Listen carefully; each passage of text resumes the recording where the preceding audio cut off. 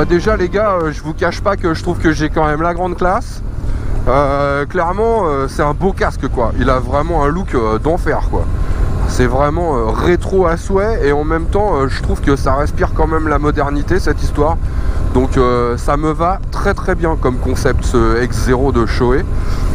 Pour le reste, bah, évidemment c'est extrêmement confortable. Vraiment je me suis senti tout de suite bien dedans quoi. Les mousses à l'intérieur elles sont vraiment super agréables. Il y a de la place pour les oreilles, on sent qu'on peut même se mettre un petit kit main libre si ça fait plaisir. Ça c'est vraiment essentiel pour moi maintenant, parce que c'est vrai que de temps en temps bah, on peut être amené à le faire, voire en avoir un au quotidien, donc bah, c'est hyper important et c'est très bien que ça soit possible. Clairement on respire bien, hein. Pas tellement parce qu'il y a des aérations devant, mais parce que tout simplement c'est hyper ouvert quoi.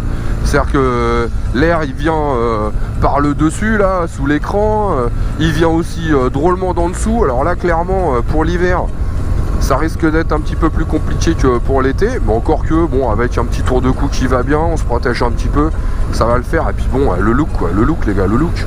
Après alors il y a l'écran. Alors l'écran c'est marrant parce que il y a plusieurs crans, c'est un petit peu comme on l'a déjà vu sur un modèle précédent, c'est-à-dire le Gio. D'ailleurs vous remarquerez que ça ressemble quand même beaucoup au Gio. Et en fait voilà, donc l'écran il est réglable sur plusieurs hauteurs, ce qui fait que bah, si on a un grand nez ou gros nez, pourquoi pas, bah, on le règle un petit peu plus haut, et si on a un petit nez on peut le régler un petit peu plus bas. Encore que moi j'ai pas un petit nez et je le mets quand même au plus bas. Le seul truc là pour le coup c'est que c'est vrai que d'avoir ce petit bout de nez qui dépasse, bon, alors un problème en revanche quand même qu'il faut souligner avec ce casque, c'est le manque d'aération quoi. Sur le dessus il n'y en a pas du tout, ce qui fait que quand il fait très très chaud, si on est un petit peu actif, bah, on va avoir tendance à avoir très chaud. Mais évidemment, comme sur tout bon casque, l'intérieur s'enlève hyper facilement, et c'est ce qui fait que bon, au final si on a pris un petit coup de chaud, on retire l'intérieur, on le nettoie et puis on n'en parle plus quoi. En revanche il y a quand même un truc qui est vachement sympa, c'est effectivement la possibilité de mettre un masque en fait.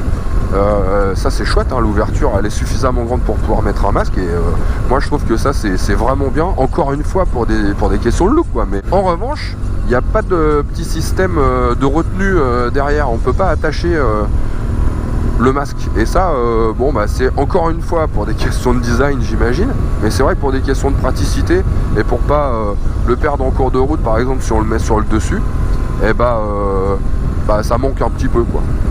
Mais le gros plus hein, quand même de ce casque c'est la légèreté quoi. Mais on le sent absolument pas sur la tête, c'est impressionnant.